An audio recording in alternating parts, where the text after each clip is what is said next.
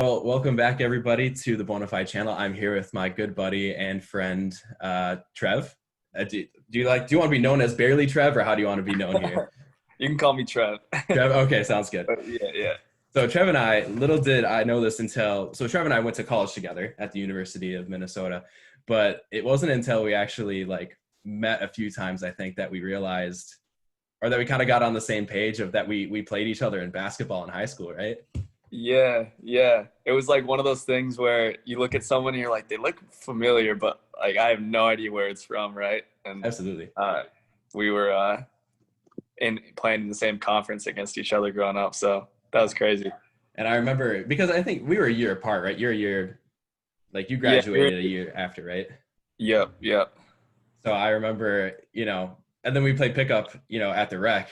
And I remember this dude, I remember in high school, I thought like I wasn't terrible, but then you just like smoked me every time I'd have to I don't know guard about you. that. Dude, your jump shot it's pretty killer, like I gotta say. So that was pretty fun. Hey, So man, yeah, you pick one thing and you ride with it. That's all it is. That's all life is. well, at least you have something to pick from at least. I just try not to break an ankle out there, and then here you are breaking my ankles. So You're throwing dimes, man. I remember you throwing oh yeah, I dimes. can pass. There you go. Yeah, there you go.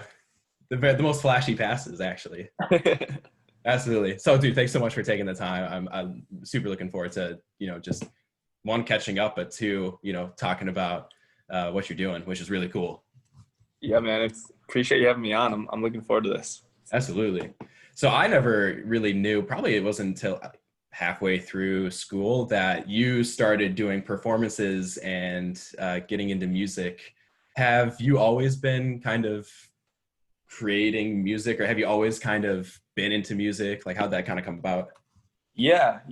I mean, I can remember writing music in sixth, seventh grade, right? Like, like just writing raps or poems or whatever it was. And it wasn't until like the end of high school I really started to get into it. So I was writing like actual songs over instrumentals or whatever. And I didn't have any means of recording at the time. So I would just write songs, then they would just like nothing would happen with them because I didn't have any way to record them. So I probably had 100 songs written by the time I was a senior in high school. 100? Because I remember I had like these Word documents on my parents' computer. And I finally met someone with the studio senior year of high school. And so I was like, shoot, I can just pick like the best song out of these 100 songs, which was great because those first few songs I wrote were probably just awful, right? Like it was like your first songs you write. So like, I'm thankful that I didn't have a means to record it right away. Like I needed to get the practice out of the way. And so yeah, I've been doing it, like actually recording since high school. And then through college, yeah, it was like kind of transitioning more into the performing side, like once I got more opportunities and got my name out there more and stuff like that. So yeah, man, it's been fun. It feels like I've been doing it like forever at this point. Like it's definitely a good pastime and the kind of way to tap into the creative side of your brain when you're in college or working or whatever it is. So it's been awesome. Absolutely. So you say you started performing a little bit more, kind of like throughout school and kind of to now. Do you have like kind of some memorable performances, or like, was there anything that like, you're like, wow, I never thought I'd be able to do this, or something like that? Yeah.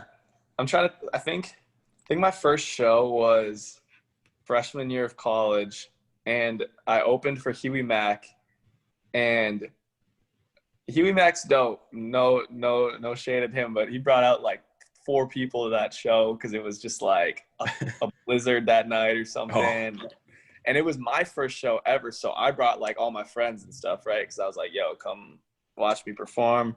yeah. And like literally, it's this big venue, and it's literally just like my friends for my opening set, and then everyone just like left, and then it was like, and there's Shoot. like 4 people in this whole venue. Is like, it was. If you're an artist and you're starting out performing, you got to get used to stuff like performing for 4 people in a crowd. But looking back, that was you definitely have to swallow your pride a little bit. And then I guess I would say like on the flip hand, like the best experiences, like a year ago, when we headlined 7th Street Entry at First Ave. I think that was actually April, so like a year and a half ago. Yeah. That was definitely one of the best shows from my experience, just being able to headline and see everyone there, and that was really cool. Yeah. So to headline at First Ave, I mean, that's a dream a lot of people have, to play, because that's like the same like stage that Prince got his start on, right? And yeah, he and we're at 7th Street, so like the side room, but yeah, oh, you sure. still call it it's First Ave. It's all the same thing. Oh, absolutely. I mean, I've been to shows on the 7th Street Entry for there, and they're, well known people who played. It's like, to be able to say that you played there is that's such a cool privilege to have. Yeah, man. It's definitely like something that's cemented into my mind right now. Like it was an awesome experience. Absolutely. That's super cool.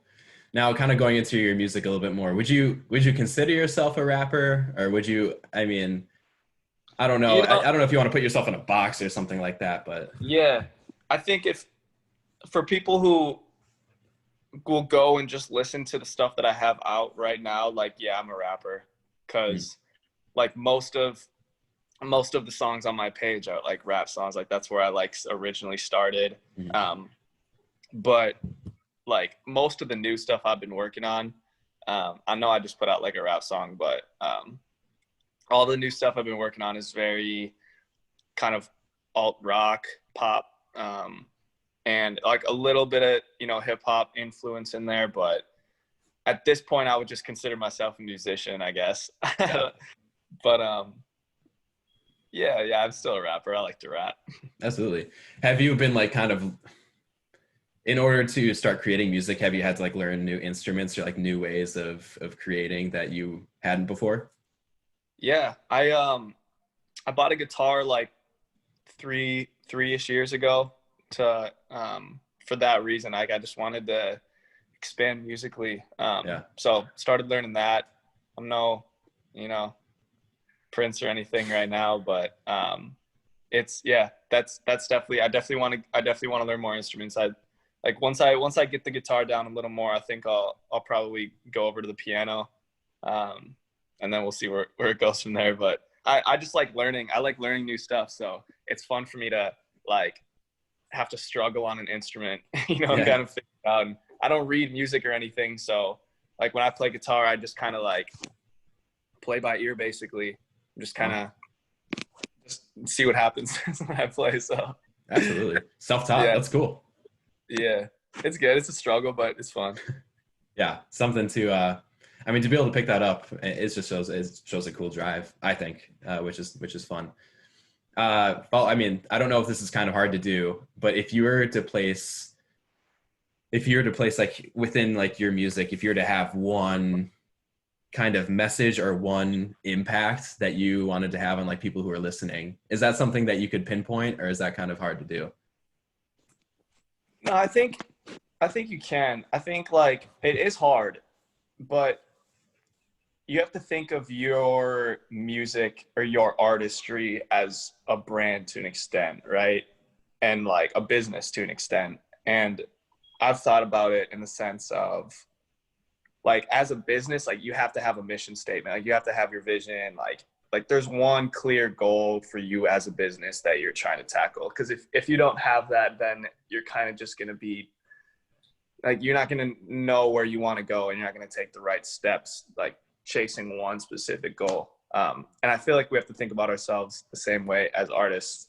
Like my mission that I've kind of constructed for myself is to like just be a light through my music, like to use like my voice and use like my God-given skills and talents or whatever they may be to like be a light. And that's basically like my mission statement for my art, for my music.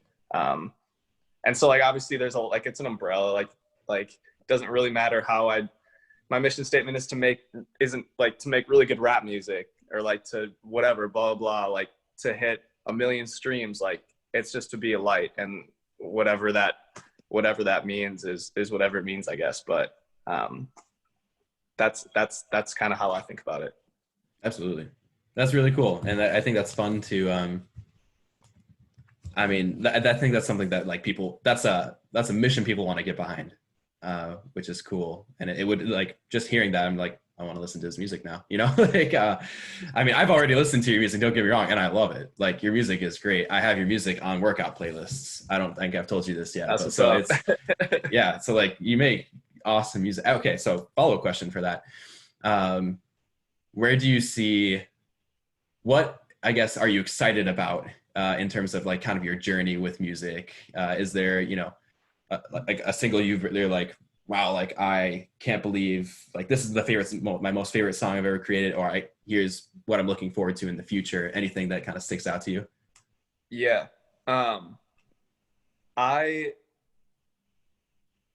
I've always kind of like, I'm the type to look back on music that I even made like a year ago, 2 years ago, and be like, wow, like that's like not good to me anymore. Like I feel like I've progressed a lot. And I have, I mean, like just like I have songs on this. So I've been working on an album. I have songs in this album that's like I'm literally playing guitar on, and I'm like singing. Like I've been working on my singing over the years, and it's like it's super cool to look back and just kind of see that progression. And I guess I just brought that up because there's like one specific song on the album that's like by far my favorite song I've ever made. Like I'm playing guitar on it, singing. Like it's one of those things where you're like, wow, like if I would have heard this 2 years ago, I would have been like, there's no way that's me. Like I would never be able to like make something like this. Oh. And I feel like everyone's probably had a similar experience like that. You know, every artist probably has. But it's always a good feeling when you have that realization. So, absolutely. Definitely, yeah. I bet that's encouraging to have that, like, oh wow, I never thought I would make it this, you know, I never thought I would get to a point where I feel like I've progressed. Yeah. This, you know. Right. And it's good because it's like, I'm sure 2-3 years down the line from now, I'll, you know, hopefully have a similar feeling and look back and this one maybe might not be as like mind blowing to me, but right now it is. So it's it's fun. Yeah. Have you ever heard like it's kind of like the illustration of life almost. I don't know if you heard this before. Like you look at yourself from like a year back and you think, wow, the decisions I made, you know, a year ago, I can't believe I made those decisions. And it's like, well, you know what you'll be thinking a year from now? You'll be thinking the exact same thing. Like, and that's just like, it's life. Right. It's just like you're looking back and thinking, wow, like I was a different person than I was, you know, than I am now. Right. Yeah.